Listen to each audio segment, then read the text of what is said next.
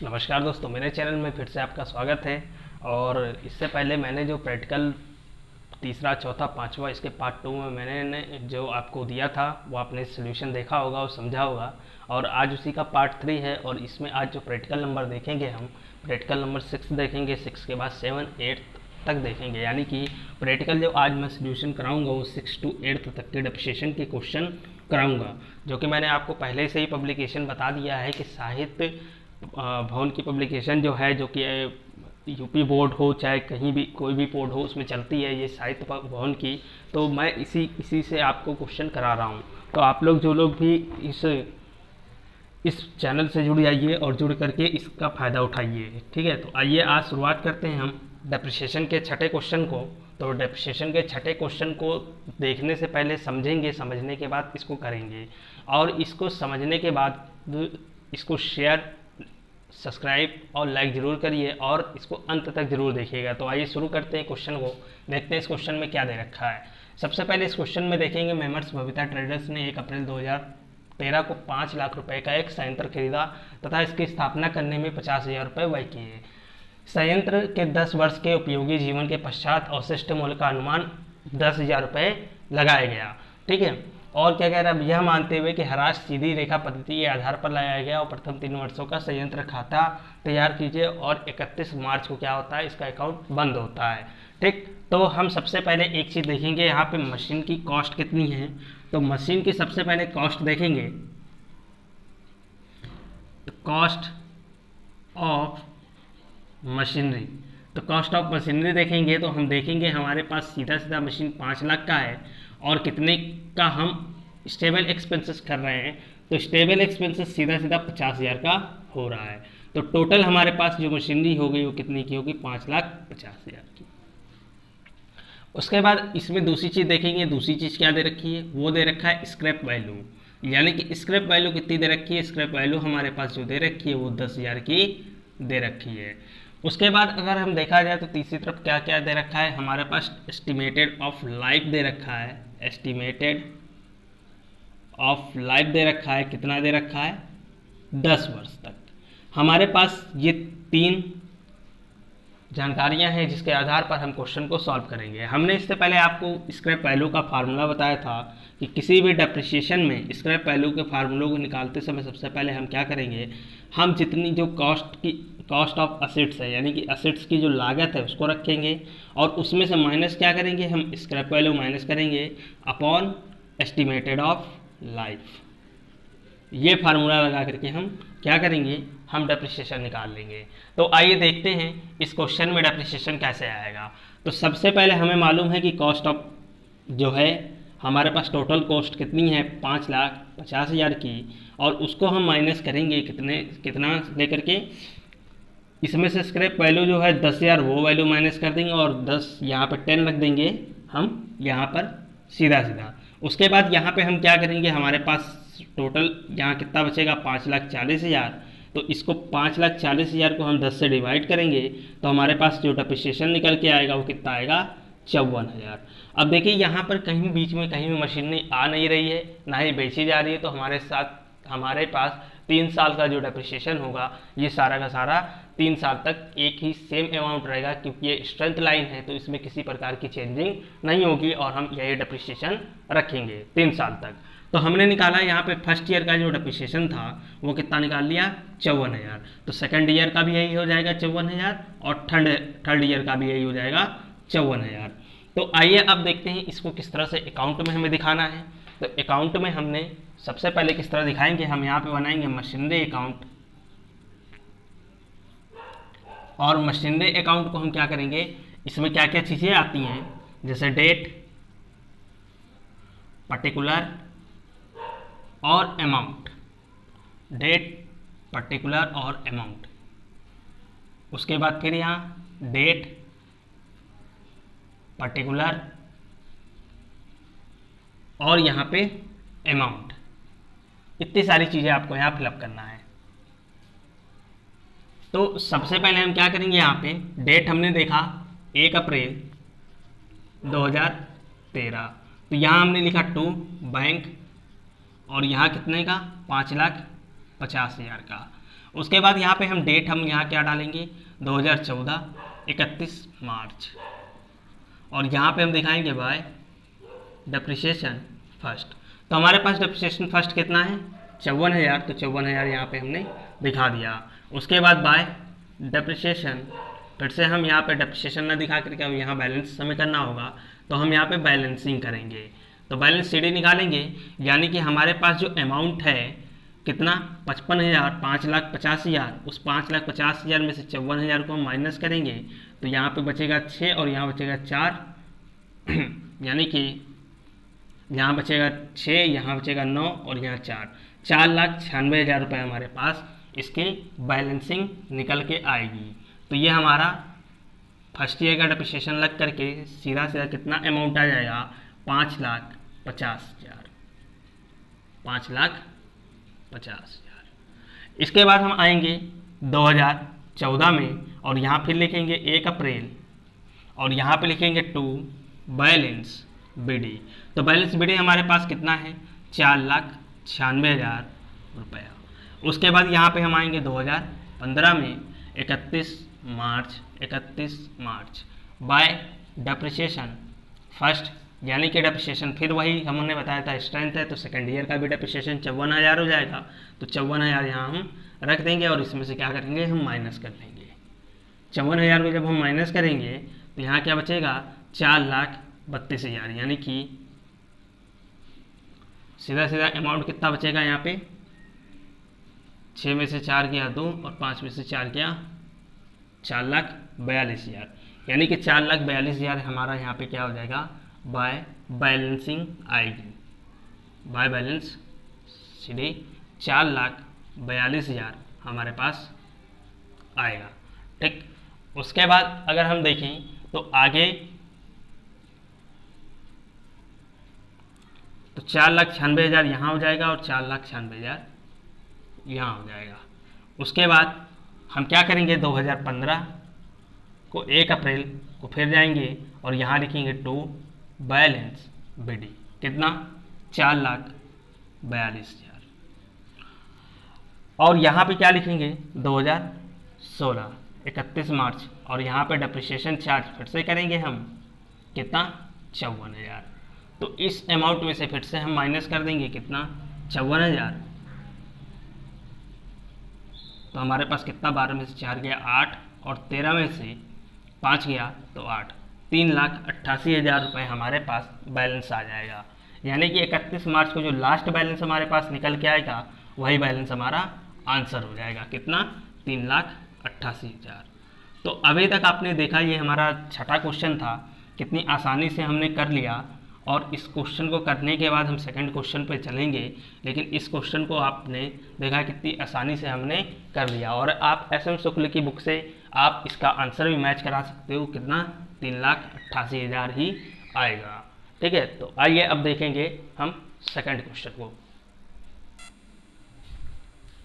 दोस्तों इससे पहले आपने फिर छठे क्वेश्चन को देखा, आइए फिर देखते हैं सातवें क्वेश्चन को, इसके बाद देखेंगे आठवें क्वेश्चन को।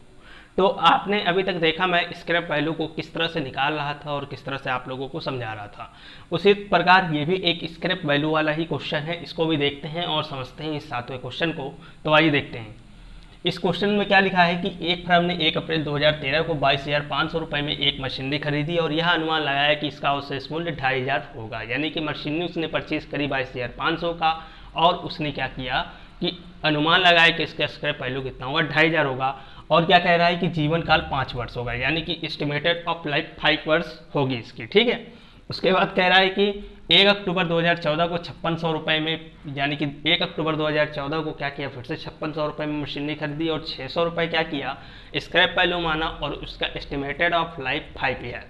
उसके बाद देखा जाए अक्टूबर 2015 को फिर 3300 रुपये की एक मशीन खरीदी और जिसका वैल्यू क्या किया इसने देखा कि यानी कि 300 रुपये, यानी कि इसका स्क्रैप वैल्यू और 5 ईयर एस्टिमेटेड ऑफ लाइफ। उसके बाद अगर देखा जाए कह रहा है कि स्थायी किस्त पद्धति के अनुसार ह्रास का आयोजन करते हुए मशीनरी खाता बनाइए, और मशीनरी खाता कब से कब तक बनाना है 2013 से लेकर के 2016 तक, यानी कि कहीं ना कहीं 4 साल का हमें अकाउंट इसका बनाना है। तो आइए देखते हैं कि सबसे पहले इसमें देखा जाए, ये क्वेश्चन बहुत ही इंपॉर्टेंट है क्योंकि इसमें डेट अलग अलग दिए हुए हैं, तो आपको यहाँ पे समझना पड़ेगा कि किस तरह से अलग अलग डेप्रिसिएशन भी फाइंड किया जाएगा। तो सबसे पहले हम यहाँ क्या करेंगे, वर्किंग नोट ही देखेंगे क्योंकि वर्किंग नोट से ही क्वेश्चन हमारे ज़्यादातर सॉल्व होंगे। तो आइए देखते हैं। सबसे पहले वर्किंग नोट में हम जाएंगे और वर्किंग नोट में हम पहली मशीन को देखेंगे कि हमारी जो फर्स्ट मशीन है वो कब आ रही है। तो 1 अप्रैल 2013 को।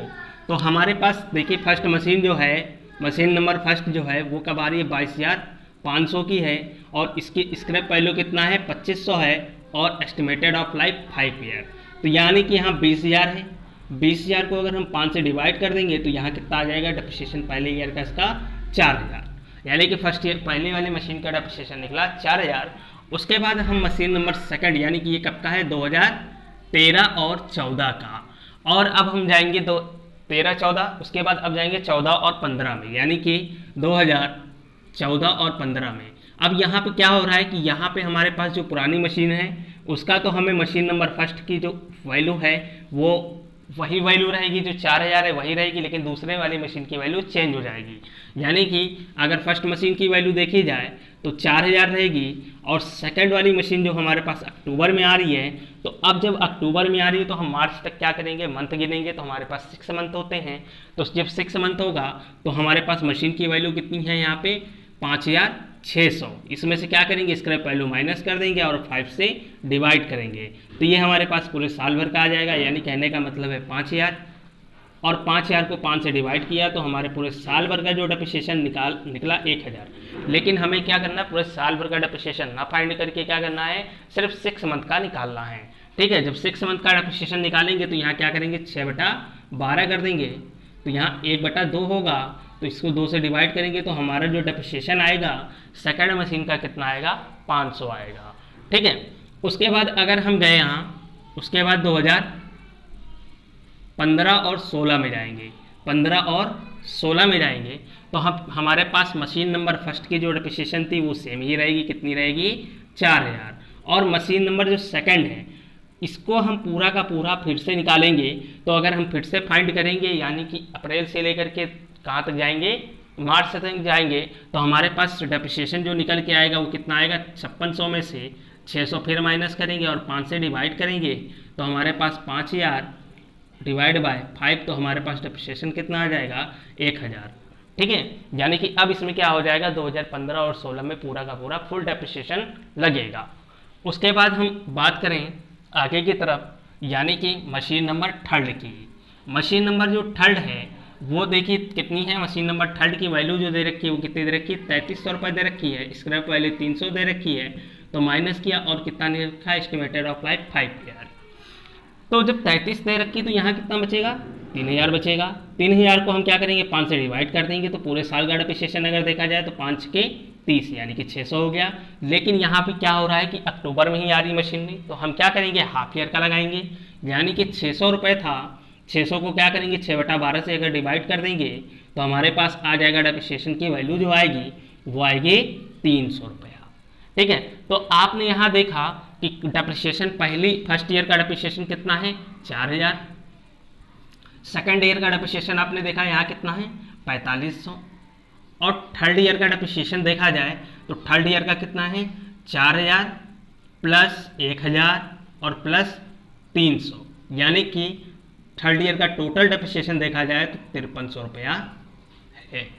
ठीक है, तो ये तीनों डेप्रिसिएशन को हमें क्या करना है, अब बस मशीनरी अकाउंट बनाना है और उसी में ये वैल्यू पुटअप कर देना है और हमारा आंसर आ जाएगा। तो आइए देखते हैं हम मशीनरी वैल्यू किस तरह से पुटअप करेंगे। यहाँ पे एक और चीज़ याद रखिएगा, यहाँ पे जो आपको मार्क मिलेगा वो वर्किंग नोट का नहीं मिलेगा, आपको मशीनरी अकाउंट का मिलेगा। इसलिए वर्किंग नोट तो होना ही होना है, क्योंकि वर्किंग नोट मैं समझाने के लिए आपको बता रहा हूँ ताकि आप आसानी से किस तरह से वैल्यू फाइंड की जाती है एक मशीन की वो पता कर सकें। लेकिन आपको यहाँ पे मशीनरी अकाउंट बनाना मस्ट है। डेट, पर्टिकुलर, अमाउंट, डेट,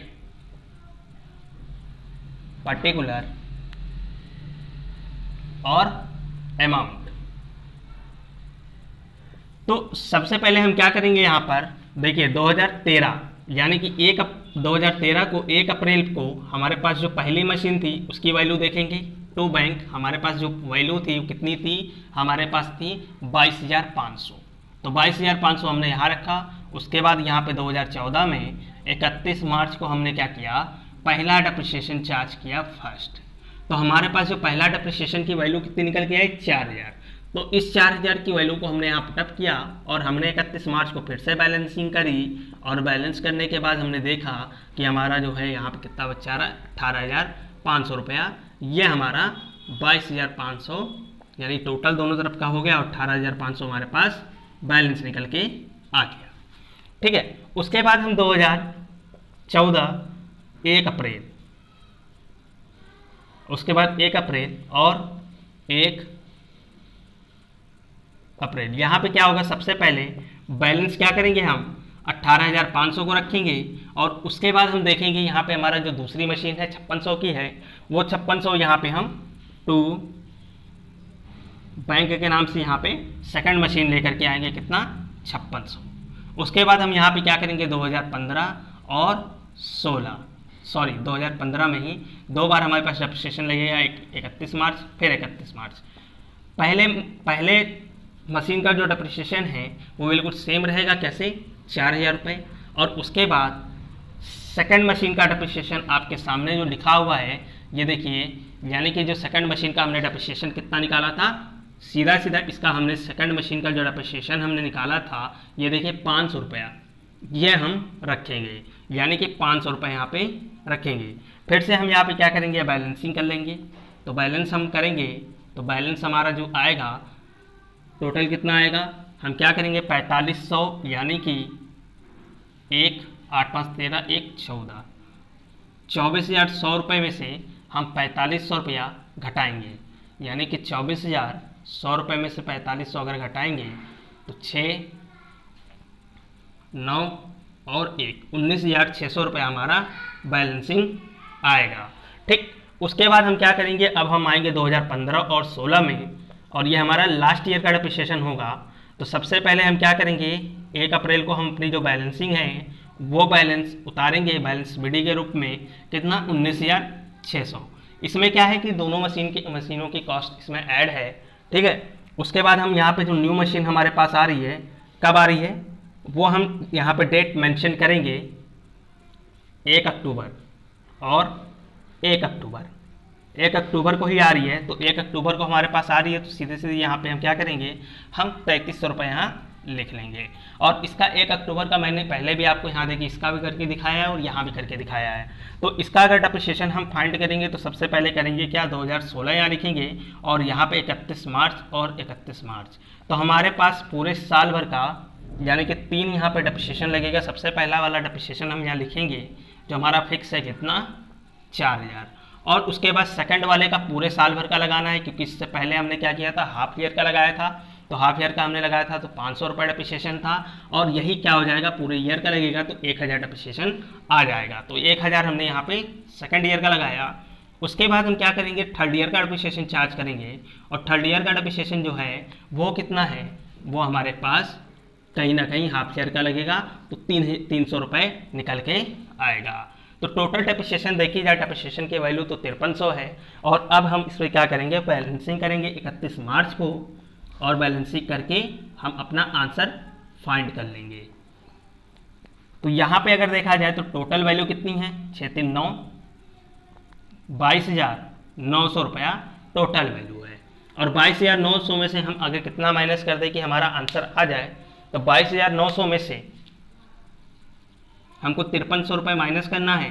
तो हमारे पास यहाँ 9 में गया 6 और यहाँ 7, 17,600 रुपया हमारा यहाँ पे आंसर आ जाएगा। तो आपने ये देखा सेकंड क्वेश्चन, और सेकंड क्वेश्चन में आप वर्किंग नोट को बहुत अच्छे से समझिएगा, क्योंकि वर्किंग नोट इसीलिए मैंने पहले समझाया कि किस तरह से डेप्रिसिएशन फाइंड होंगे और इसी के अनुसार ये आंसर, बस यहाँ पे वैल्यू पुटअप करनी है और माइनस करते हुए चले जाना है, जिससे कि हमारा आंसर आ जाएगा। अब हम देखेंगे क्वेश्चन नंबर,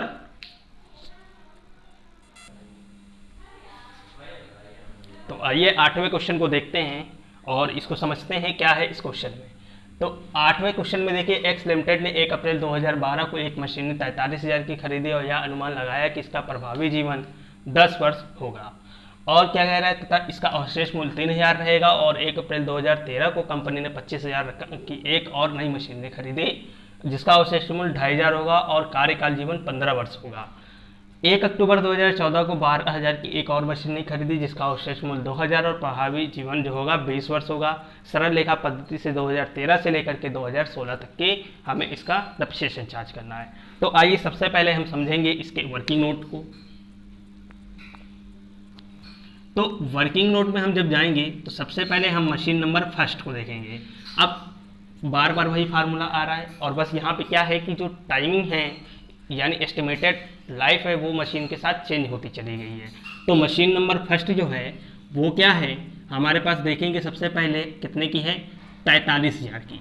तो 43,000 की है और इसके डेट अलग अलग है, ठीक है। तो 43,000 में से स्क्रैप वैल्यू कितनी दे रखी है, 3,000 दे रखा है और हमारे पास ईयर कितना है, 10। तो अब यहाँ हमारे पास जो वैल्यू आएगी 40,000 आएगी और इससे 10 से हम डिवाइड कर देंगे तो हमारे पास पहले ही मशीन का डेप्रिसिएशन निकल के आ जाएगा 4,000। ये मशीन नंबर फर्स्ट है। उसके बाद हम मशीन नंबर सेकंड की तरफ बढ़ेंगे। तो मशीन नंबर सेकंड जो है 1 अप्रैल 2013 को आ रही है और ये हमने क्या किया, 2012 और 13 का डेप्रिसिएशन चार्ज किया। उसके बाद हम यहाँ पे 2013 और 14 का डेप्रिसिएशन चार्ज करेंगे। तो मशीन नंबर जो फर्स्ट है उसका डेप्रिसिएशन तो वही रहेगा, कितना जो निकला 4,000। अब मशीन नंबर सेकंड का हम डेप्रिसिएशन चार्ज करेंगे। तो मशीन नंबर सेकंड कब आ रही है, 1 अप्रैल 2013 को और इसकी वैल्यू कितनी है, 25,000 है। और इसका स्क्रैप वैल्यू देखा जाए तो इसमें कितना दे रखा है, 2,500 रुपये दे रखा है। तो 2,500 रुपये हम क्या करेंगे, यहाँ माइनस करेंगे तो हमारे पास कितना बचेगा, यहाँ पे 22,500 रुपया। और इसका टोटल वैल्यू कितना दे रखा है, 15। तो जब हम 15 से इसको डिवाइड करेंगे तो इसका डेप्रिसिएशन जो निकलेगा पूरे साल भर का कितना आएगा, 1,500 रुपये। तो इस 22,500 में से हम इस 1,500 रुपये को माइनस करेंगे तो हमारे पास जो इसकी वैल्यू, एक्चुअल वैल्यू जो बचेगी वो कितनी बचेगी, 21,000 रुपये वैल्यू बचेगी, ठीक है। उसके बाद हम क्या करेंगे, अब देखिए मशीन नंबर थर्ड पे हम आएंगे, यानी कि मशीन नंबर थर्ड, यानी कि अब हम कब आ गए, 2014 और 15 में। अब 2014 और 15 में हम क्या करेंगे, सबसे पहले आपको पता है कि मशीन नंबर 1 जो है उसका मशीन नंबर जो 1 है उसका डेप्रिसिएशन वही रहेगा। फर्स्ट का डेप्रिसिएशन कितना रहेगा, 4,000 और सेकंड का भी मशीन का क्या होगा, वो भी फिक्स होगा 1,500। और अब थर्ड मशीन को हमको देखना है ये कब आ रही है। तो यहाँ पे देखिए 1 अक्टूबर, यानी कि एक नई मशीनरी कब खरीदी जा रही है, इसका अवशेष यानी कि 1,500। 1 अक्टूबर 2014, यानी कि 1 अक्टूबर 2014 को 12,000 की क्या की जा रही है, एक मशीनरी खरीदी जा रही है, ठीक है। तो अब देखिए 12,000 की जो मशीन है, इस बार का जो स्क्रैप वैल्यू है वो कितना है, 2,000 है। तो इस 2,000 को क्या करेंगे, यहाँ से माइनस करेंगे तो कितना हमारे पास आएगा, 10,000 आएगा। और 10,000 को क्या करना है, अब देखिए इसकी जो एस्टिमेटेड ऑफ लाइफ है 20 ईयर, इसको नीचे रखेंगे और अक्टूबर से मार्च तक हम क्या करेंगे, डेट को फाइंड करेंगे। तो हमारे पास जो आएगा मंथ आएगा 6 आएगा।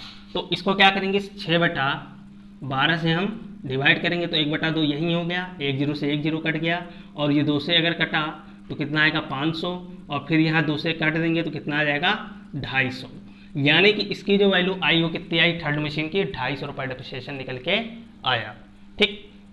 उसके बाद अब देखते हैं फाइनल ईयर में कितना डेप्रिसिएशन निकलेगा। तो फाइनल ईयर में हम जब देखेंगे 2015 और 16 में, तो हमारे पास मशीन नंबर फर्स्ट की जो डेप्रिसिएशन आएगी वो आएगा 4,000, मशीन नंबर सेकंड का जो डेप्रिसिएशन आएगा वो आएगा 1,500 और मशीन नंबर थर्ड का जो डेप्रिसिएशन देखेंगे तो इसमें क्या होगा, यहाँ पूरे साल भर का डेप्रिसिएशन लगेगा।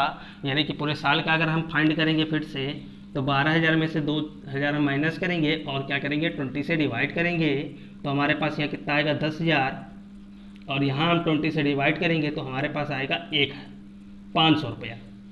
तो पूरे साल भर का आपने देखा यहाँ पे कितना आया, 500 रुपये। तो अगर हम टोटल ऑफ डेप्रिसिएशन देखा जाए तो पहले ईयर का जो डेप्रिसिएशन है वो कितना है, 4,000 है और दूसरे ईयर का डेप्रिसिएशन अगर देखा जाए तो हमारे पास कितना है, यहाँ पे है 55 और 2 57, यानी कि 5750 रुपये ये है, ठीक। और थर्ड ईयर का डेप्रिसिएशन देखा जाए तो हमारे पास कितना है, यानी कि सीधा सीधा 6,000 रुपये डेप्रिसिएशन है। तो आपने देखा किस तरह से हमने डेप्रिसिएशन को फाइंड किया। अब इसको किस तरह से हमें वहाँ पर मशीनरी अकाउंट में शो करना है वो आइए देखते हैं।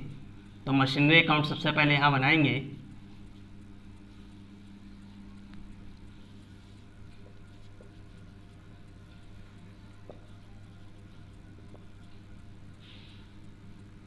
Date particular amount, date particular और अमाउंट। तो सबसे पहले यहाँ पे जो हम रखेंगे, क्या रखेंगे, मशीन की सबसे पहले डेट, यानी कि 2012 1 अप्रैल। यहाँ 2012 1 अप्रैल। तो बैंक हमारे पास कितने की मशीनरी आई थी, कितने की आई थी, 43,000 की। तो हमने 43,000 यहाँ पे लिख दिया। उसके बाद यहाँ पे हमने क्या किया कि 2013 में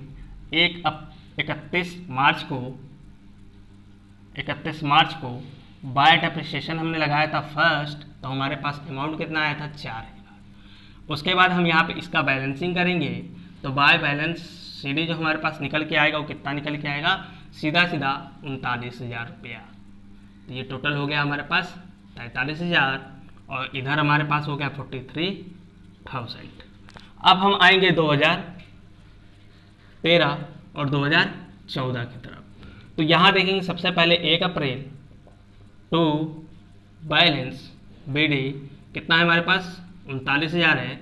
उसके बाद यहाँ पे हम क्या करेंगे, 1 अप्रैल 2013 को फिर से हमारे पास एक मशीनरी और आ रही है। वो कौन सी आ रही है, 25,000 की। तो उस 25,000 को यहाँ पे रखेंगे और यहाँ पे क्या करेंगे, 31 मार्च को हम जो डेप्रिसिएशन निकाला है हमने फर्स्ट का, तो वो तो सेम ही रहेगा, कितना, 4,000।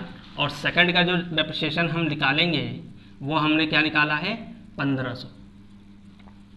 और यहाँ पे हम 31 मार्च को फिर से हम बैलेंसिंग करेंगे बाय बैलेंस सीडी। तो यहाँ पे टोटल 39 और 4, ठीक है, और 5 64,000 रुपये टोटल यहाँ हमारा हो रहा है। 64,000 में से हम क्या करेंगे, 64,000 में से सीधा सीधा कितना अमाउंट इसमें से माइनस कर लें।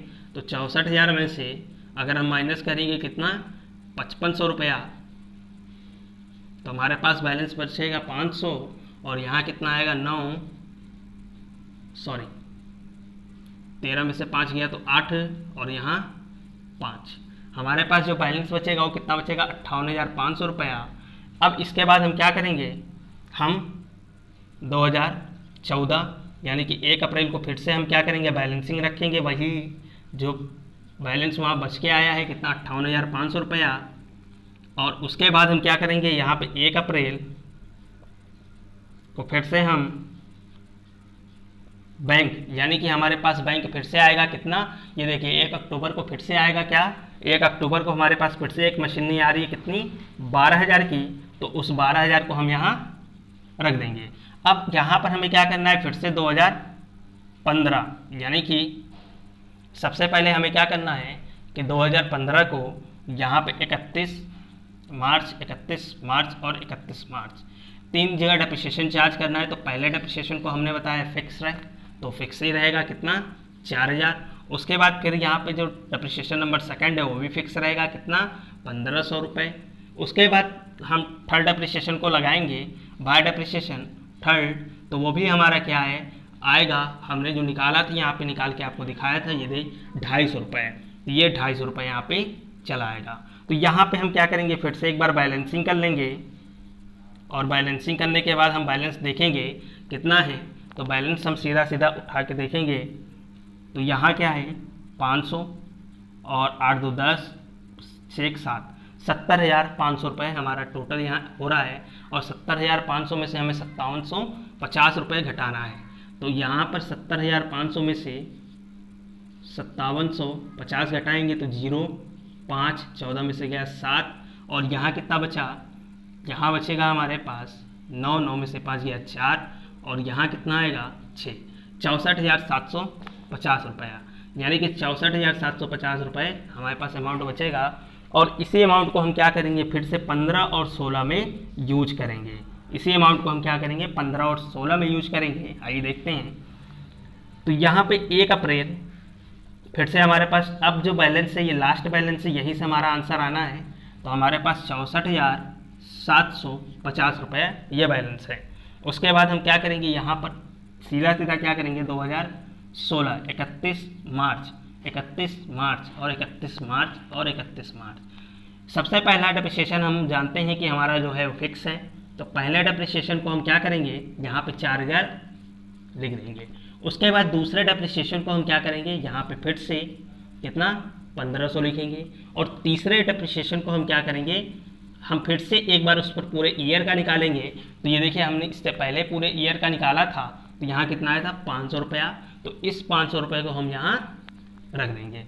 अब हम क्या करेंगे, लास्ट में हम सबसे पहले बैलेंस करेंगे और यही बैलेंस हमारा क्या हो जाएगा, आंसर होगा। तो देखते हैं 6000 जब हम माइनस करेंगे कितने में से, 64,750 में से जब हमने 6000 माइनस किया तो देखते हैं आंसर कितना आता है, 0 5 7 14 में से 6 गया 8 और 5, तो हमारे पास आंसर निकल के आया 58,750।